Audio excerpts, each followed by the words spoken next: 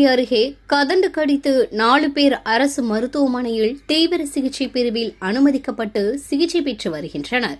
புதுக்கோட்டை மாவட்டம் அறந்தாங்கி அருகே உள்ள ராஜேந்திரபுரத்தில் இறந்தவரின் வீட்டுக்கு சென்று சாலையின் ஓரத்தில் நடந்து வந்தபோது ராஜேந்திரபுரத்தை சேர்ந்த பொன்னையா, சாந்தி, லட்சுமி, சிவபாக்கியம் ஆகியோரை அப்பகுதியில் உள்ள தோட்டத்தில் இருந்த கதண்டுகள் நடந்து சென்றவர்களை நோக்கி ஓடி வந்தது.